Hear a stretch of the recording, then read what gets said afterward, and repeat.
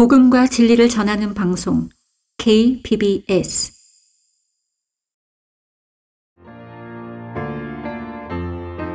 신실한 하나님의 종들의 설교 강단의 거성. 전 세계적으로 왼손잡이는 약 12% 정도가 있다고 합니다. 성경에도 왼손잡이 인물이 있는데요. 바로 재판관기에 등장하는 에훗입니다. 재판관기 3장 12절에서 30절 말씀으로 박승용 목사가 전하는 왼손잡이 에훗. 지금부터 함께 들어보시겠습니다. 왼손잡이 에훗, 왼손잡이 에훗이라는 제목으로 설교하겠습니다. 매년 8월 13일은요 세계 왼손잡이의 날입니다. 저도 처음 알았는데, 왼손잡이들이 사회에서 겪는 불편을 개선하고, 아무래도 오른손잡이 위주로 모든 것들이 돼 있을 거 아니겠습니까? 그런 불편을 개선하고 왼손을 사용하는 것이 바람직하지 못하다는 그런 편견을 없애고, 왼손잡이에 대한 잘못된 인식, 이것을 변화시킬 목적으로 1992년에 공식적으로 제정되었다 그래요. 다시 말하자면 왼손잡이에 대한 편견이 때로는 미신적일이 많지 전 세계적으로 팽배해 있는 것이에요. 예를 들면 중국에서는 왼손으로 명함을 내밀면 협상이 결렬됩니다. 예의가 아니라고 그래갖고요. 또 이슬람교에서는 왼손을 소변 볼 때 사용하는 불결한 손으로 간주합니다. 동유럽에서는 사람의 오른쪽에는 소위 수호천사가 있고 왼쪽에는 악마가 있다고 여기기 때문에 이른바 액땜한다 그러죠, 보통. 그래서 미신적으로 왼쪽 어깨에 소금을 뿌린다 그래요. 흔히들 악수할 때 왼손으로 악수한 경우는 없죠. 오른손으로 악수하죠. 이런 관습은 기원전 1세기경 고대 로마의 집정관 줄리어스 시저가 휘하 장군들에게 오른손으로 악수하는 인사법을 가르치면서 시작되었다는 이야기가 있습니다.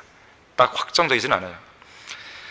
근데 일리가 있는 것은 뭐냐면, 당시는 이제 칼로 싸우는 시대 아니겠습니까?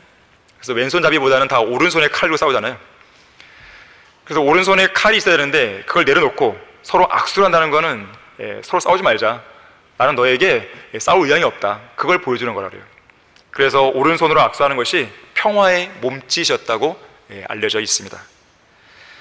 사실 줄리어스 시저는 왼손잡이였다 그럽니다. 하지만 악수할 때는 꼭 오른손으로 악수를 했다고 기록되어 있어요.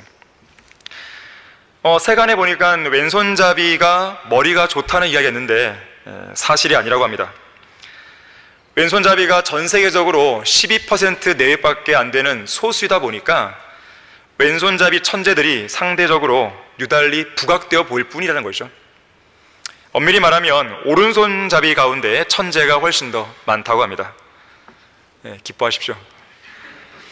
하지만 왼손잡이가 돈을 잘 번다든지 일부 스포츠의 경우에 왼손잡이가 유리하다든지 그런 이야기는 사실이라고 그래요. 보통 왼손잡이는 사실 진짜 왼손만 쓰는 게 아니고요, 보통은 양손잡이입니다. 그러다 보니까 스포츠에서 유리한 경우가 있다는 것이죠. 자, 그런가 하면 세계 역사를 바꾼 왼손잡이들이 많이 있었다고 합니다.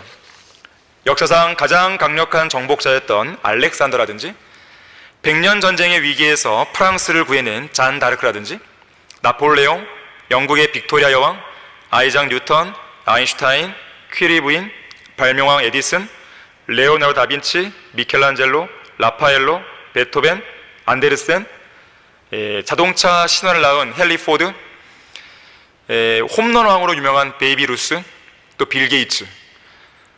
왼손잡이의 천재 맞는데? 물론 인류의 역사를 주관하신 하나님, 곧 땅의 기초를 놓으시고 하늘들을 펴신 전능하신 하나님의 오른손이 그들의 손을 붙잡지 않았다면 그들의 이름은 역사에서 기억조차 안 됐겠죠. 성경에는 오른손이 많이 나올까요? 왼손이 많이 나올까요? 오른손이 79회, 왼손은 20회. 그래서 오른손이 왼손보다는 4배 정도 더 많이 언급되고 있습니다. 특히 전능하신 주 하나님의 능력과 관련해서 손이 언급될 때면 왼손은 안 나와요. 주의 오른손, 주의 오른손, 이런 표현이 나오죠. 주의 왼손 한 번도 언급이 안 됩니다. 오 주여, 주의 오른손이 능력으로 영화롭게 되셨나이다. 오 주여, 주의 오른손이 대적을 산산조각 내신다이다. 주께서 또 나에게 주의 구원의 방패를 주셨으며 주의 오른손이 나를 붙들어 주셨고 주의 겸손하심이 나를 크게 하신다이다. 앞에 거는 출애굽기 15장 6절이고 두 번째 거는 시편 18편 35절이에요. 또 두 개의 구절을 더 설명드리면 시편 89편 13절에서 주께서 능하신 팔을 가지셨으니 주의 손은 강하고 주의 오른손은 높으시나이다. 시편 138편 7절에서 내가 고난 중에 다닐지라도 주께서 나를 소생시키시리니 주께서 내 원수들의 진노를 향하여 주의 손을 펴실 것이요 또 주의 오른손이 나를 구원하시리다. 주님의 능력의 오른손, 백성들을 구원하는 그 손을 가리켜서 오른손이라고 이야기를 하고 있어요. 오히려 왼손은 적그리스도와 밀접한 관련이 있습니다. 자세한 교절 설명 다 못 드리겠지만 이 대환란 기간에 오른팔과 오른쪽 눈에 치명적인 상처를 적그리스도가 입게 됩니다. 그렇게 되면서 왼손잡이로 등장하게 되는 거예요. 대표적인 구절이 스가랴 11장 17절입니다. 양떼를 버려둔 우상 목자에게 화 있으리라. 적그리스도입니다. 우상 목자는 칼이 그의 팔과 그의 오른 눈에 임하리니 그의 팔은 바싹 마르고 그의 오른 눈은 완전히 어둡게 되리라 그랬어요. 자, 그런데 오늘 설교 본문에는 아주 특별한 왼손잡이 한 사람이 등장합니다. 바로 에웃이에요. 에웃은 첫 번째 재판관 온니엘 다음으로 재판관에 선임된 사람이었죠. 이 첫 번째 재판관 온니엘이 죽은 이후에 이스라엘 백성은 또다시 배교의 길을 걷게 됩니다. 자, 오늘 본문 재판관기 3장 거기 12절부터 14절까지를 보겠습니다. 이스라엘 자손이 주의 목전에 다시 악을 행함으로 주께서 모압 왕 에글론을 강성케 하여 이스라엘을 대적케 하셨으니 이는 그들이 주께서 보시기에 악을 행하였습니다. 그가 암몬과 아말렉 자손들을 자기에게로 모은 후 가서 이스라엘을 쳐서 종려나무 성읍을 차지하였더라. 그리하여 이스라엘 자손이 모압 왕 에글론을 18년간 섬겼더라. 자, 이스라엘 자손이 하나님께 악을 행하자 주님께서는 이 배교한 이들을 심판하신 거예요. 그리고 18년 동안 요단강 동편에 있는 모압 왕 에글론에게 파십니다. 그의 종이 되게 하신 거예요. 당시 에글론 왕은 암몬 자손과 아말렉 자손들과 연합해서 이스라엘을 공격해 왔습니다. 자, 그런 상황에서 하나님께서는 베냐민 지파 출신의 왼손잡이 에웃을 구원자로 세우십니다. 그리고 백성들을 구원하게 하시죠. 에웃이란 이름의 의미를 보니까 위엄이에요. 위엄 있다. 왼손을 잘 사용하는 걸 통해서 위엄을 떨친 겁니다. 자, 그렇다면 왼손잡이 에웃은 어떻게 승리했습니까? 첫 번째로 전쟁은 하나님께서 주관하십니다. 자, 본문 15절 보십시오. 그러나 이스라엘 자손이 주께 부르짖음으로 주께서 그들에게 한 구원자를 일으키셨으니 베냐민인 게라의 아들 왼손잡이 에웃이라. 이스라엘 자손이 그를 통하여 모압 왕 에글론에게 선물을 보냈더라. 자, 여기 본문에 보니까 이스라엘을 구원할 구원자를 누가 일으켰다고 말씀합니까? 하나님이시죠. 전쟁을 주관하시는 하나님께서 에웃을 일으키신 거예요. 하나님은 우리의 구원자이실 뿐만 아니라 필요에 따라서는 우리를 위해 구원자를 일으키시고 또 구원자를 보내주기도 하시죠. 그래서 위기 상황이 닥치면 여기 본문 15절 앞에 나오듯이 가장 먼저 하나님께 기도로 부르짖어야 되는 것이에요. 이스라엘 자손이 주께 부르짖었으니까 그 기도에 응답하셔서 주님께서 구원자를 일으키신 겁니다. 자, 우리 다 같이 역대기하 20장 1절 한번 찾아보겠습니다. 역대기하 20장 1절 말씀 보시면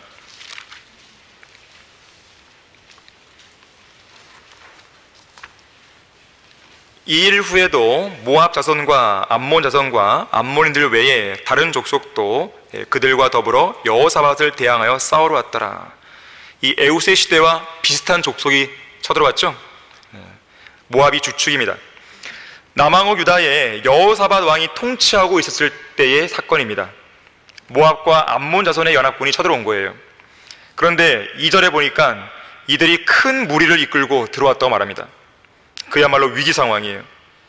국가적인 위기죠. 한 개인이나 가정의 위기를 넘어 국가적인 위기에 직면한 것입니다. 하지만 여호사밧은 이런 엄청난 위기 앞에서요, 당황해하지 않았습니다. 존경받을, 우리가 이게 본받을 부분이에요. 흔히 위기가 찾아오면 하나님을 온전히 신뢰하며 의연하게 대처하는 성도들이 있는가 하면 두려움과 걱정 속에서 어찌할 바를 몰라 조급해하고 당황해하는 성도들이 있습니다. 여러분은 어떤 쪽이십니까? 신실한 성도의 참된 위기는, 참된 진가는 바로 위기 때 드러나요. 위기 때에 그 성도의 인품이 드러납니다. 그 성도의 믿음이 나타나요. 그 성도가 얼마나 하나님과 밀착해 있는지가 드러나게 됩니다. 평상시에는 안 나와요, 그런 모습이. 평상시에는 많은 사람들을 속일 수 있습니다. 하지만 위기에 직면한 상황에서는요, 속일 수가 없어요. 그 사람의 평상시, 그러니까 있는 그들의 모습이 다 나오는 것이에요. 자, 그래서 하나님께서 고난을 통해서 성도들을 시험해 보시는 거예요. 이 성도의 믿음을 보시는 거죠.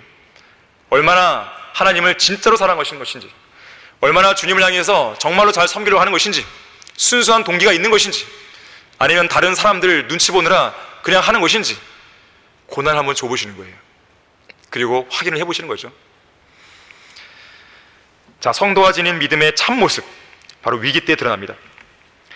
성경은 전능하신 주 하나님께서 온 땅을 두루 살피시어 자신을 향하여 마음이 온전한 자들을 위하여 자신이 강함을 보여주겠다고 그랬어요. 그걸 경험해야 돼요.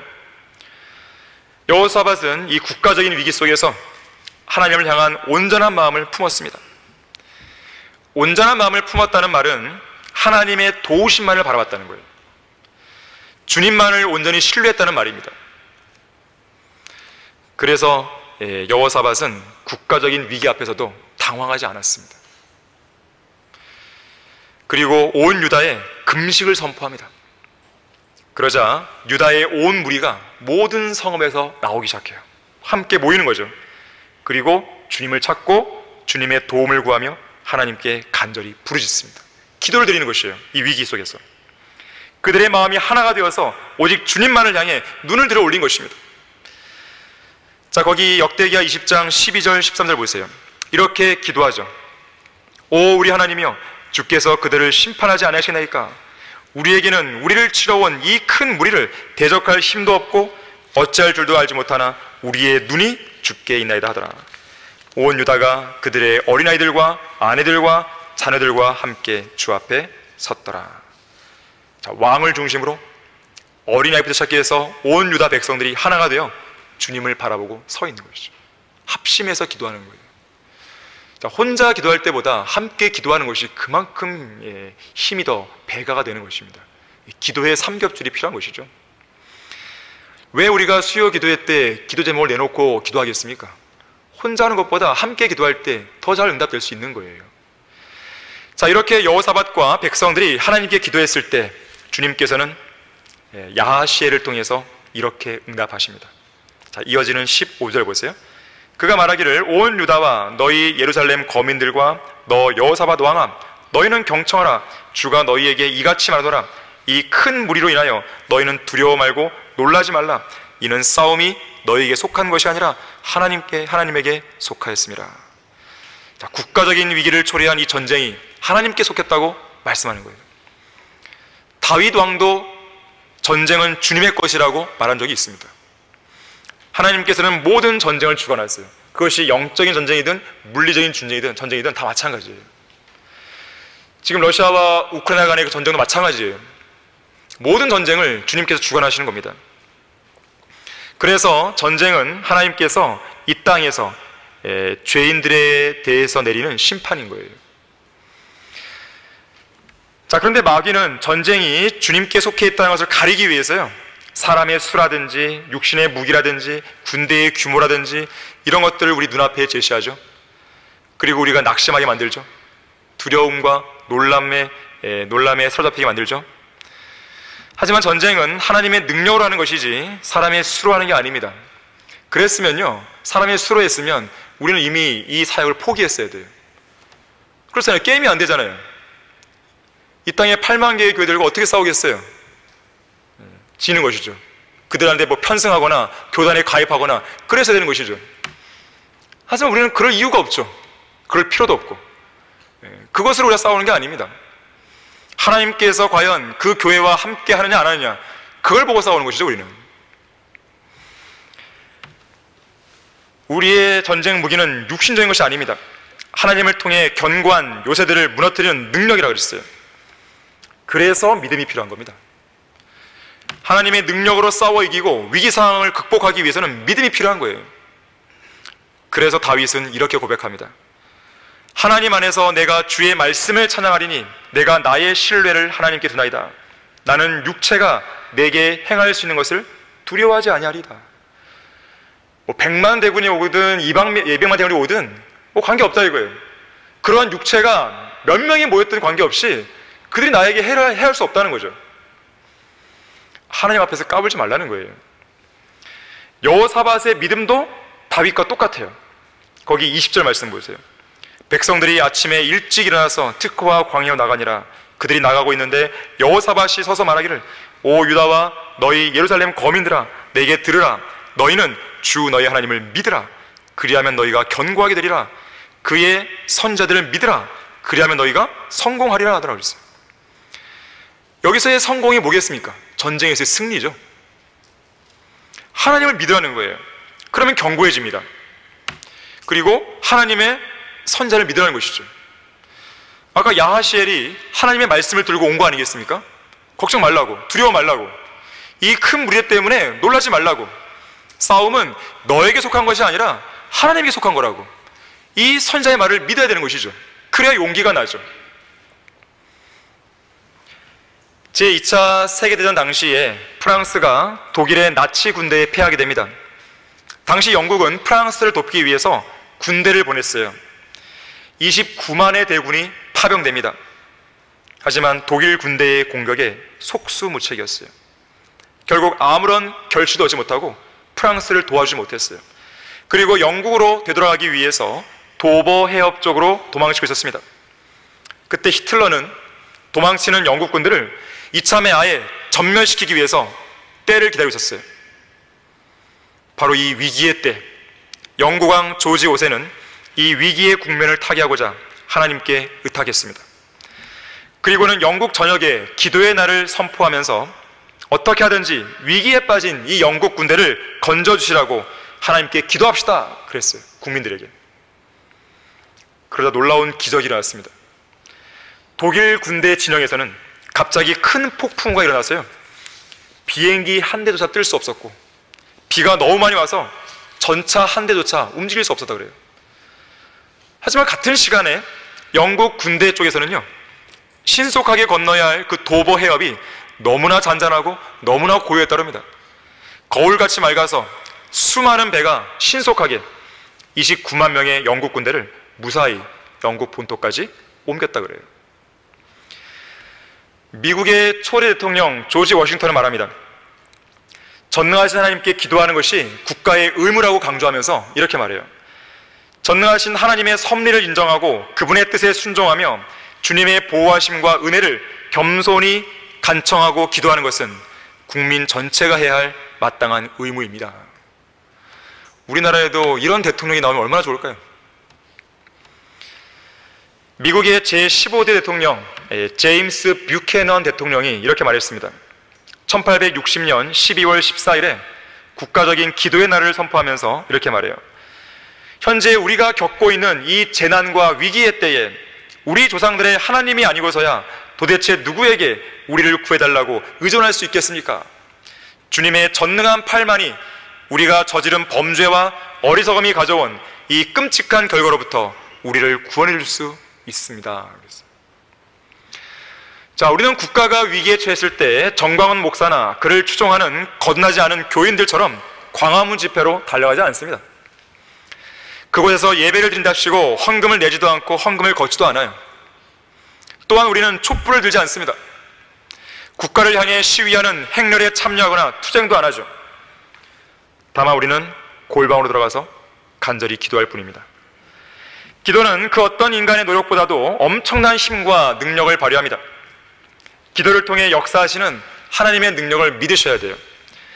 그렇게 하기 위해서는 우리의 기도가 더 진지해져야 됩니다. 우리는 위기에 빠진 이 나라를 기도로 지켜야 돼요. 지금 위기예요. 위기예요. 러시아가 우크라이나를 침공하면서요, 중국의 시진핑이나 북한의 김정은이 뭔가 용기를 얻은 거예요. 그래서 계속 중국은 대만에 대해 시비를 걸잖아요. 북한도 지금 우리나라를 계속 위협하잖아요. 어젠가요? 그젠가요? 연평도 쪽에서는 거의 포격이 바로 근접해 들릴 만큼 그렇게 거세게 포격을 했다잖아요. 고물가, 고금리, 고환율, 말이 안 되는 거지. 정치인들은 엉망진창이죠. 싸우기만 하죠. 국민의힘은 자중질환을 벌이고 있죠. 엉망진창입니다. 우리는 그런 사람들한테 기대하는 게 아닙니다. 하나님께 이 나라에 자비를 베풀어달라고 기도하셔야 돼요.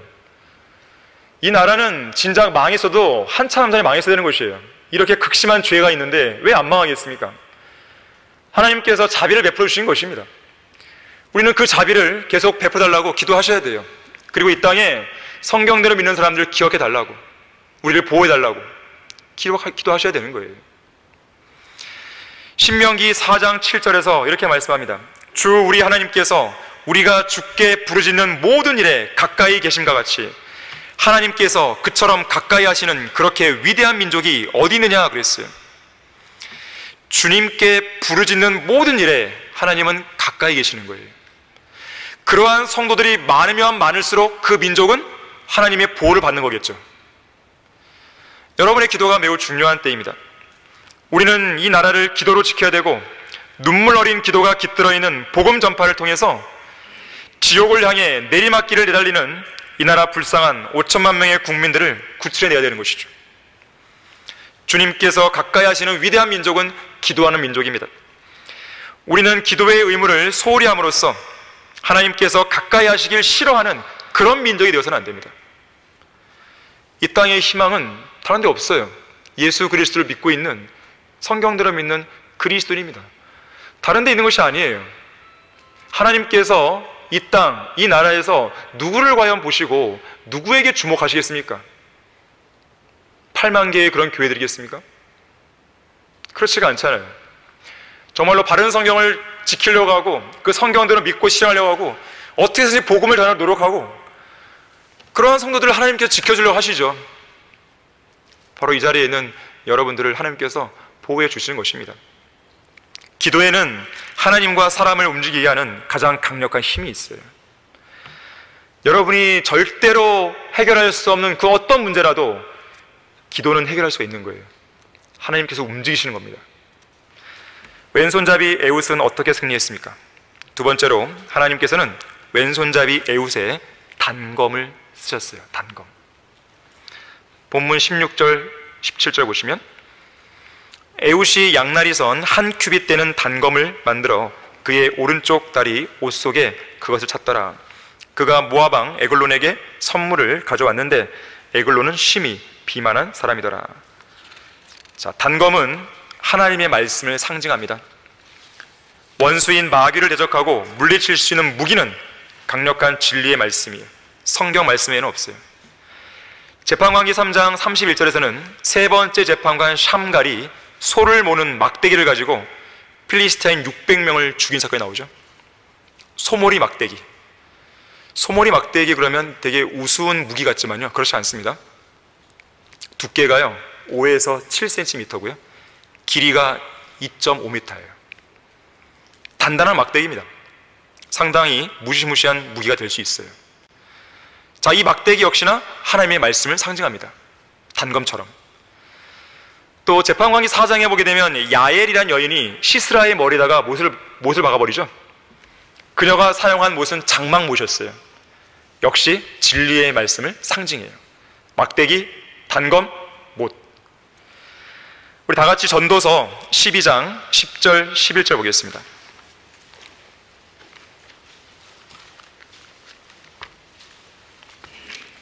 전도서 12장 10절 11절 말씀 보시면 전도자가 합당한 말들을 찾아내려 애썼으니 여기 기록된 것이요 정직하며 진리의 말씀들이라. 자, 그런데 말씀들을 11절에서 현명한 자의 말들은 찌르는 막대기들 같고 지폐의 선생들에 의해 박힌 못들 같으니 한 목자에게서 받은 것이라 그랬어요. 사실 강단에서 설교자가 해야 할 임무 중에 하나가요, 바로 이 두 구절에 담겨 있어요. 예리한 말씀의 칼로 회중들의 양심을 강하게 찔러야 하고, 막대기로 찔러야 되고, 못과 같은 말씀들로 회중들의 마음판에 강력하게 새겨넣어야 되는 것이죠. 못을 박듯이. 그래서 설교는 날카롭고 예리해야 됩니다. 본문에서는 찌르는 막대기 같다 그랬어요. 찌르는 막대기. 끝이 무딘 게 아니죠. 날카로운 것이죠. 찌르려면. 끝이 무딘 설교가 아니라 성도들의 무감각과 무지, 자만과 교만한 마음을 꿰뚫을 수 있는 날카로운 설교가 되어야 하는 것이에요. 또한 설교는 인상적인 설교가 되어야 됩니다. 인상. 강한 인상을 남겨야 돼요. 마치 못과 같이. 집회의 선생들에 의해 못들이 딱 박혀서 안 뽑혀 나오는 거죠. 그대로 마음판에 박혀 있는 거예요. 계속. 성도들의 마음속에 잘 지워지지 않도록 충분히 각인시킬 수 있어야 합니다.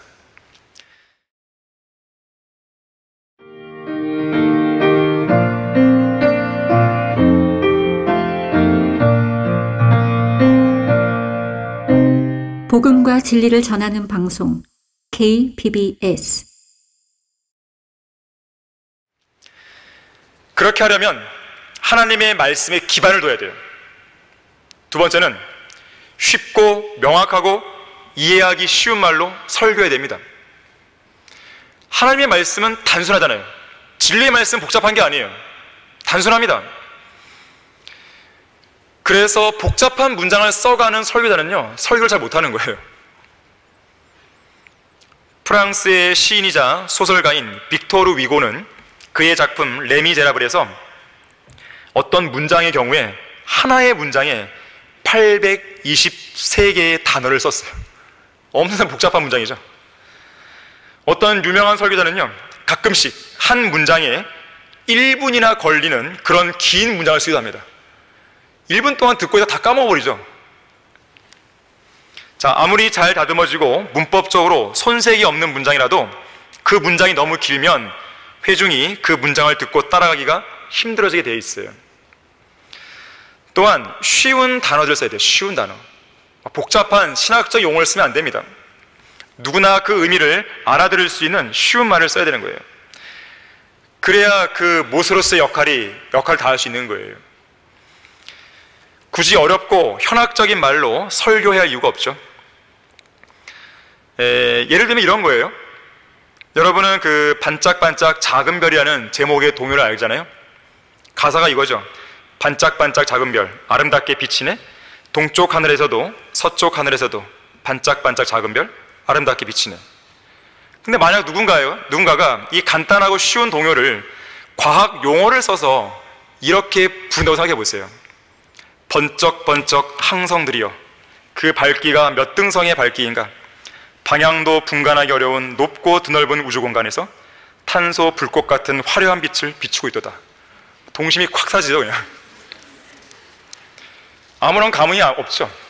설교도 마찬가지예요. 어려운 용어를 써서 설교하는 사람은요, 그건 설교자가 아니에요. 하나님께서 섭리로 보존하신 영어 킹 제임스 성경에 나오는 단어는 모두 77만 4,746개인데 이 단어들 중에서 서로 다른 단어는 6,000개에 불과합니다. 한 단어는 보통 5개 내외의 철자들로 구성되어 있어요. 그만큼 쉬운 어휘와 단어들을 썼다는 거예요. 성경 다음으로 베스트셀러인 철로 역정 아시죠?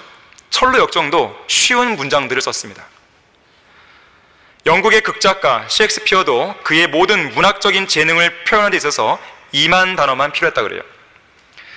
자, 설교자는 과장된 허풍과 불필요한 서술어로 설교하지 않도록 주의해야 됩니다. 자, 그런가 하면 어떤 이 월간지에 젊은 설교자들에게 주는 조언이라는 제목으로 이런 기사가 실린 적이 있었어요. 당신의 심오한 사고를 전할 때나 당신의 특별한 감정을 표현할 때 혹은 우호적이거나 철학적이고 심리적인 관찰 내용을 전달할 때는 하찮은 말들로 지루하게 전달하지 않도록 조심해야 된다. 당신의 평범한 대화가 간결하고 알차며 이해하기 쉽고 전체적으로 일관성이 있도록 해야 한다. 괴상한 허풍 같은 수다와 무미건조한 제잘거림, 그리고 어리석은 허례허식은 버려라. 어려운 말들을 사용함으로써 괜한 허풍 떨지 말고 솔직하고 간략하게, 단순하고 인상 깊게 전해야 한다 그랬어요. 그러한 설교가, 그러한 말씀이, 그러한 진리가 상대방의 마음을 바꿔놓을 수 있는 거예요. 말씀은 무기입니다. 1967년 이스라엘과 아랍 연합 국가들 사이에 제3차 중동 전쟁인 6.1 전쟁이 벌어졌습니다. 당시 이스라엘의 인구는 약 400만 정도였고요. 이스라엘과 싸우려고 왔던 아랍 연맹은 1억 명이 넘었어요. 이때 이스라엘 군대를 이끌고 있던 모세 다이안 장군은 전쟁을 치르기에 앞서서 우리는 이 전쟁을 반드시 승리로 이끌 수 있는 강력한 신무기가 있다 라고 엄포를 놨습니다. 전 세계가 깜짝 놀랐죠. 당시 여러 나라의 군사정보기관들에서 이 신무기의 정체가 무엇인지 파악하려고 했었지만 찾지 못했어요. 그것은 어쩌면 원자폭탄이나 수소폭탄을 능가하는 무기가 아닐까? 이런 추측만 나돌았습니다. 그러자 모세 다이안이 시편 121편 1절, 2절을 언급하면서 이 시편 말씀이 바로 우리가 의지하는 신무기다 그랬어요. 사람들은 허탈했겠죠. 그 말씀이 이것입니다. 내가 나의 도움이 오는 산들을 향하여 내 눈을 들어 올리리니 나의 도움이 하늘과 땅을 지으신 주께로부터 오는도다 그랬어요. 전쟁은 결국 세계 전쟁사의 길이 남을 위대한 업적을 남기면서 단 6일 만에 이스라엘의 승리로 끝나게 됩니다. 우크라이나를 침공한 러시아의 푸틴이 핵미사일 카드를 계속 만작거리면서 유럽 여러 나라를 불안하게 만들고 있죠. 북한의 김정은 역시나 연일 계속해서 미사일 발사 수위를 높여가며 제7차 핵실험으로 우리나라를 위협하고 압박하고 있죠. 어느 일간지에 한 정치평론가가 이렇게 썼습니다. 북한이 전술핵 미사일 발사 훈련을 하고 있다. 인류 역사에서 대화를 잘해서 외교로 평화가 지켜진 경우는 거의 없었다. 없었어요. 거의가 아니라 아예 없었어요. 항상 힘의 논리로 평화가 유지가 됐죠. 평화는 상대를 공격했다가는 내가 죽는다고 생각할 때 지켜졌다. 내가 공격했다가 내가 죽을 것 같은데? 그럼 전쟁 안 일으키겠죠. 그럼 평화가 지켜진다는 거예요. 하지만 상대를 공격해도 내가 죽지 않을 수 있다고 판단하면 거의 어김없이 전쟁이 터졌다. 한반도 평화는 김정은이 한국을 공격했다가는 자신이 죽을 수 있다는 생각이 들게 할 때 지켜질 것이다. 그런데 우리는 핵 공격을 당해도 김정은을 없앨 수가 없다. 우리가 핵 공격을 당할 경우에 미국이 우리를 대신해서 실제로 핵 보복을 감행할 수는 미지수이다. 지금 뭐 핵 우산 얘기 나오고 막 그러는데 과연 우리가 핵 공격을 당했을 때 미국이 과연 움직이냐 이거예요. 지금은 움직인다고 얘기하죠. 그런데 우크라이나 사태를 보세요. 우크라이나는 원래 핵을 포기한 대신에 미국과 영국과 국가 안보 제공 협정을 맺었거든요. 그런데 2014년에 러시아가 우크라이나의 크림반도를 점령했을 때 미국과 영국은 지켜보기만 했습니다. 군사를 투입 안 한 거예요. 지금도 보세요. 러시아의 푸틴이 핵으로 위협하잖아요. 그런데 미국이나 나토 그 어디에서도 우리가 핵 반격을 가할 거야 그런 경고하는 사람 없잖아요. 그런 나라 없습니다. 자, 그래서 러시아의 실제로 푸틴이 전술핵을 사용해도 미국과 나토는 핵 반격을 하지 못할 것이다. 따라서 러시아 푸틴의 핵 공격을 막는 방법은 미국이 우크라이나에 핵을 제공하겠다고 러시아에게 경고하는 것이다. 핵 균형을 맞추는 거죠. 이것은 북한의 핵을 막는 방법도 하나밖에 없다. 미국이 우리나라에 핵을 제공해 주는 것이다. 이것은 핵을 쓰기 위해서가 아니라 핵을 쓰지 않기 위한 조치다 그랬어요. 이 평론가의 주장대로 우리나라에 전술핵을 실제로 배치하는 것이죠.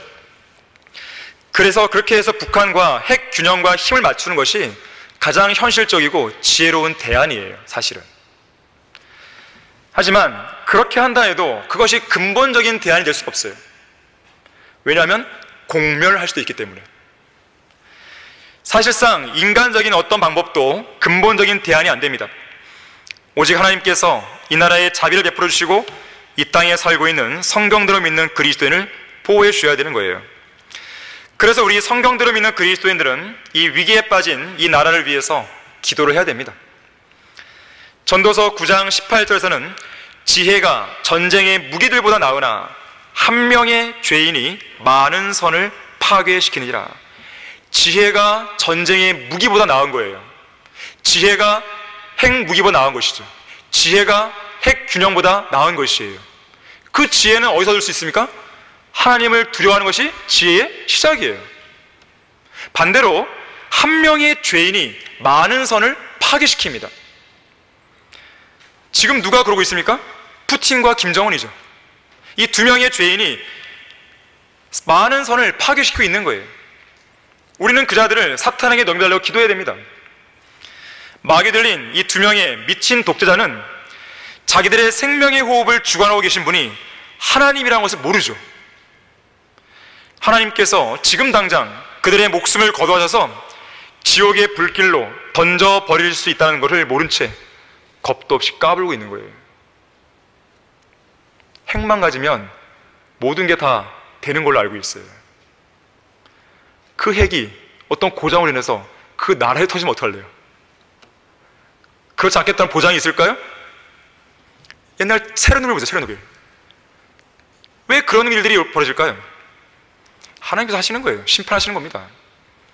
자, 한 나라의 흥망성쇠는 어떤 유능한 대통령이나 정치인이 아니라 명철과 지식을 갖춘 한 사람이 달려 있습니다. 하나님을 두려워함으로써 악에서 떠나는 성도, 진리의 말씀, 곧 성경적 지식으로 무장한 한 사람, 성경대로 믿는 한 사람에게 한 나라의 존망이 달려 있는 것이에요. 그 나라에 하나님을 두려워할 줄 아는 국민들이 많으면 많을수록 그 나라는 하나님으로부터 보호를 받을 수 있습니다. 하나님과 그분의 말씀을 잊어버리고 배격한 민족은 소망이 없습니다. 하나님의 말씀에 두려워 떠는 성도들이 많을 때 그 나라와 민족은 소망을 가질 수 있어요. 우리나라 역대 대통령 중에서 그래도 그나마 가장 하나님을 잘 믿었고 가장 잘 밀착해 있었던 이승만 대통령은 이렇게 말했습니다. 하나님을 두려워하는 것과 하나님께서 주신 자유를 사랑하는 것이 민주주의의 성공을 위한 진정한 기초이다. 하나님을 향한 신뢰와 믿음이 없이는 도덕이 있을 수 없고 도덕이 없이는 민주주의가 있을 수 없다 그랬어요.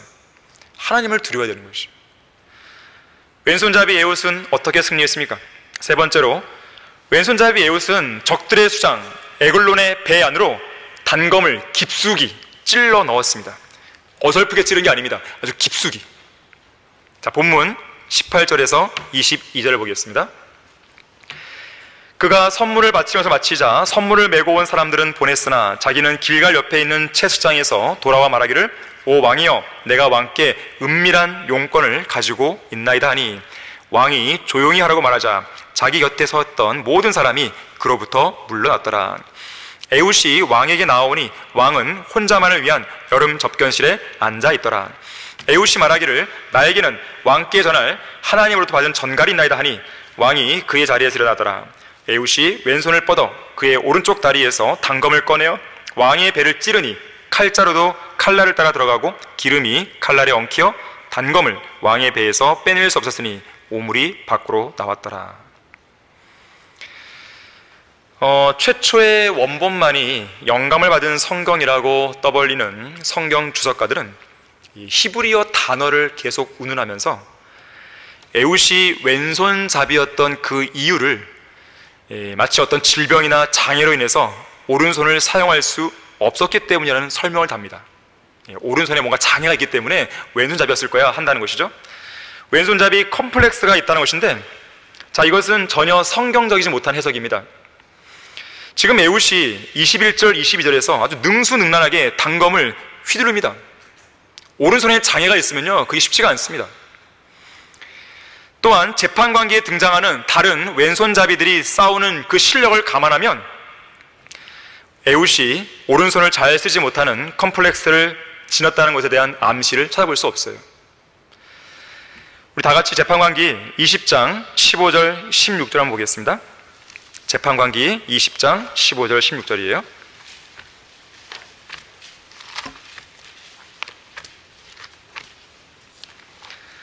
그때의 성읍들에서 나온 베냐민 자손이 계수되었으니 기브아의 거민들 즉 700명으로 계수되어 뽑힌 자들을 제외하고 칼을 뺀 자가 26,000명이더라. 이 모든 백성 중에서 뽑힌 700명은 왼손잡이인데 그들은 모두 돌을 던지되 머리털만큼도 빗나가는 법이 없더라. 자, 여기서도 에훗처럼 베냐민 지파에 속한 전사들이 등장하죠. 아까 에훗도 베냐민 지파였잖아요. 그런데 700명은 왼손잡이예요. 돌을 던지면 머리털만큼도 빗나가지 않는 대단한 명사술입니다. 자, 이러한 것을 볼 때 결코 오른손에 장애를 입은 왼손잡이들이 아니었던 것이죠. 오히려 이들은 양손잡이예요. 오른손과 왼손을 다 쓸 수 있는 사람들입니다. 우리 다 같이 역대기상 12장 2절 한번 보겠습니다. 역대기상 12장 2절. 자, 오른손에 장애가 있는 것이 아니라 오히려 양손잡이라는 것을 이 구절에서 볼 수 있는데, 역대기상 12장 2절에서 그들은 활로 무장하였으며 물매질을 하고 활을 쏘는데, 잘 보십시오, 오른손과 왼손을 다 쓰는 자들로 베냐민 지파 사울의 형제들에게 속하였더라. 그러니까 오른손에 장애가 있는 게 아니에요. 둘 다 잘 쓰는 것이고 그 중에서 특히 왼손을 잘 쓰는 것이죠. 자, 베냐민 지파가 또 언급되는 것인데, 유독 이 지파에서요, 유전적으로 오른손과 왼손, 양손을 자유자재로 잘 쓸 줄 아는 전사들이 많이 나왔습니다. 베냐민이란 이름의 뜻이 뭔지 아십니까? 흥미롭게도 내 오른손의 아들이에요. 오른손의 아들. 기본적으로 오른손을 쓰는 것인데 특히 왼손잡이도 하는 것이죠. 양손잡이들인 것입니다. 자, 어쨌든 에훗에게는 오른손뿐만 아니라 왼손도 잘 쓸 줄 아는 유리한 이점이 있었습니다. 자, 이것은 그가 모압왕 에글론에게 선물을 바치는 사절단으로 보내졌을 때 에글론의 신하들의 눈을 속일 수 있는 한 방편으로 작용했을 것이에요. 일반적으로 자국의 왕을 하러 온 자가 있을 때 신하들이 어떻게 하죠? 몸수색을 할 거 아니겠어요? 그런데 이 에훗이 왼손잡이인 것을 미처 몰랐죠. 분명 오른손잡이일 거야 라는 그런 생각 속에서 보통 오른손잡이는 칼을 반대편 왼쪽에 찹니다. 그래서 왼쪽만 수색한 거예요. 그런데 에훗은 본문 16절에 보니까 오른쪽 다리에 칼을 숨겨온 것이죠. 그러니까 이 에글론의 신하들은 세심한 주의를 기울이지 않은 거예요. 자, 에훗은 바로 이 기회를 이용해서 왕에게 은밀한 용건이 있다는 말로 속이면서 주위에 있는 사람들을 물러나게 합니다. 그리고 그들 둘만 남았을 때 미리 감추어뒀던 단검을 빼내서 왕을 암살하는 데 성공하는 것이죠. 이 결과로 불리했던 전쟁의 판도가 뒤집어집니다.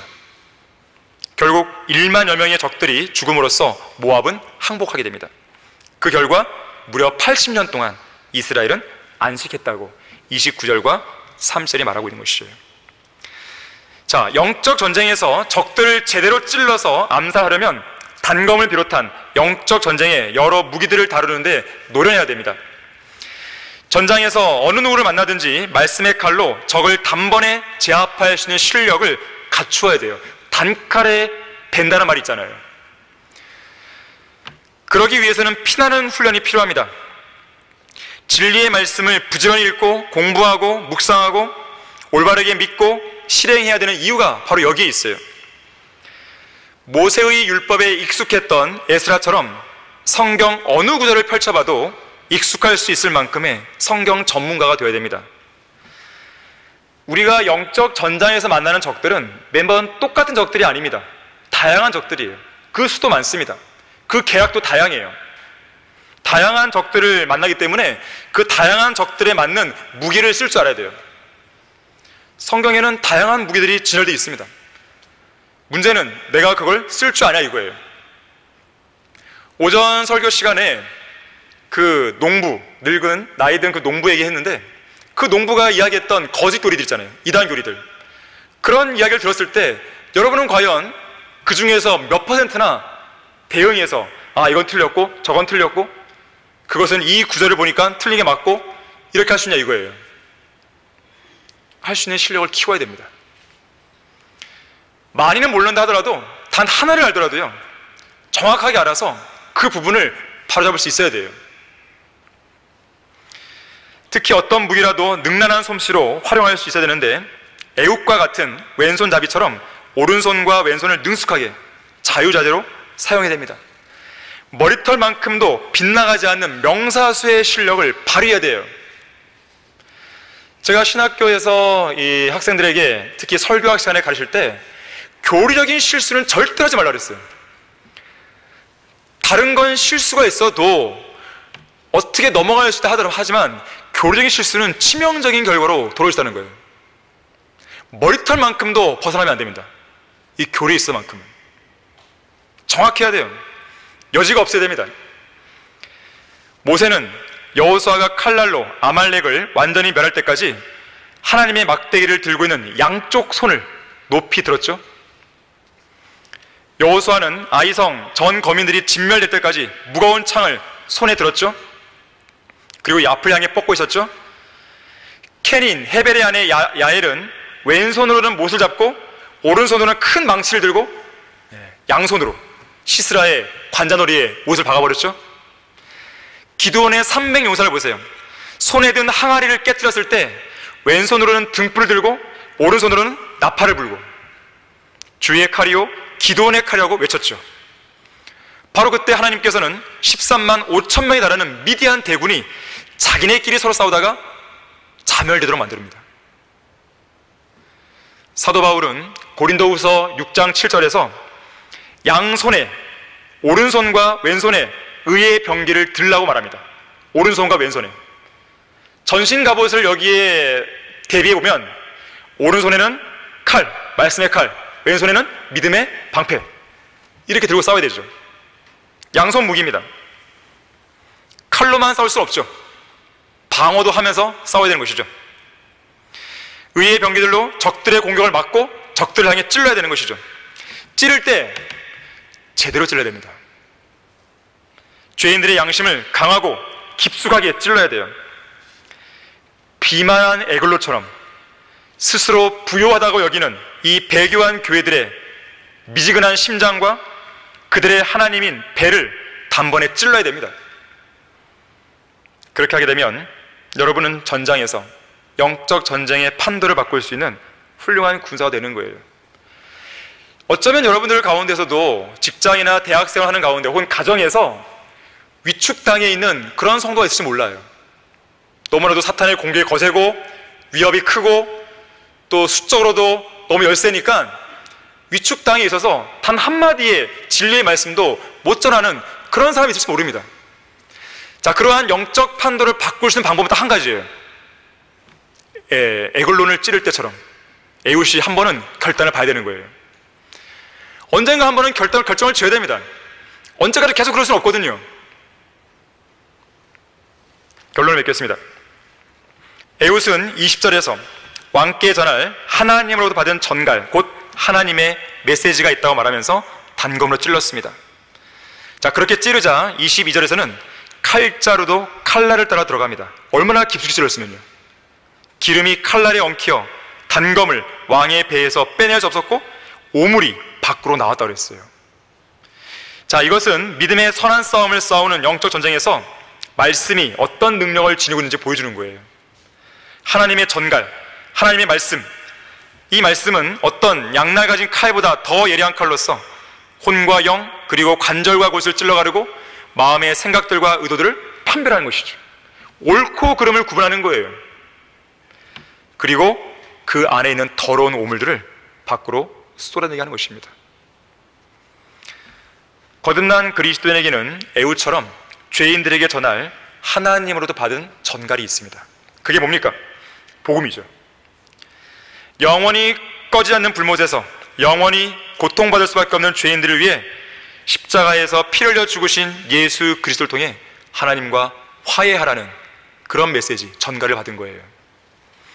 이것이 바로 그리스도의 대사들에게 주어진 전갈이죠.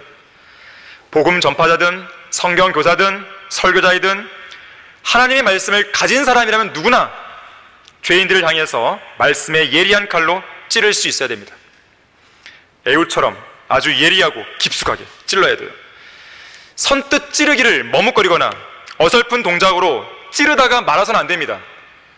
결정을 보셔야 돼요. 항상 죽이든지 살리든지 가타부타 확실하게 결정을 짓는 군사가 되어야 됩니다.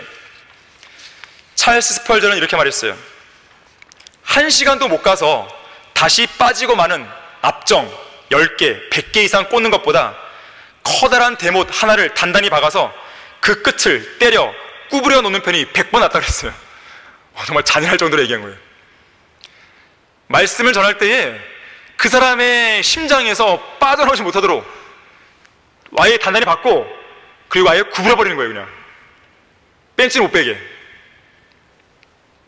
설교가 영어로 썰머니예요. 라틴어로 찌르다입니다. 설교나 복음의 메시지가 그것을 듣는 개인이나 회중의 그러한 양심을 제대로 찌르지 못하면 그 설교는 실패예요. 자, 그리스도인의 삶은 전쟁 그 자체입니다. 우리 각자의 문제들과 죄들을 대항해서 싸우는 전쟁이에요.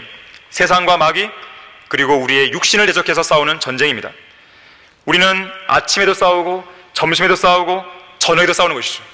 오늘도 싸우고 내일도 싸우고 모레도 싸우고 한 달 뒤에도 싸우고 주님 오실 때까지 싸우는 거예요. 쉴 틈이 없습니다. 휴전이 없어요. 자, 그래서 바울은 믿음의 선한 싸움을 싸우라 그랬어요. 포기하지 말고 끝까지 싸우시길 바랍니다. 적들의 눈을 피하지 말고 담대하게 눈을 부릅뜨고 그들을 응시해야 돼요. 상대방의 눈을 피하지 마세요. 피할 이유가 없는 것이죠. 떳떳한데 제 한 목숨 살겠다고 비겁하게 주랭랑 치지 말고 적들과 마주하여 싸우다가 죽을지언정 목숨을 걸고 끝까지 한판 붙는 거죠. 용기를 내십시오. 하나님만을 전적으로 신뢰함으로써 진리의 말씀과 기도를 통해 우리가 투입된 모든 전장에서 짜릿하고 통쾌한 승리를 경험할 수 있기를 바라는 것입니다. 자, 그런 승리의 경험 속에서 예수 그리스도의 영광스러운 재림을 영광스럽게 맞아야 되는 거예요. 이상 강단의 거성이었습니다.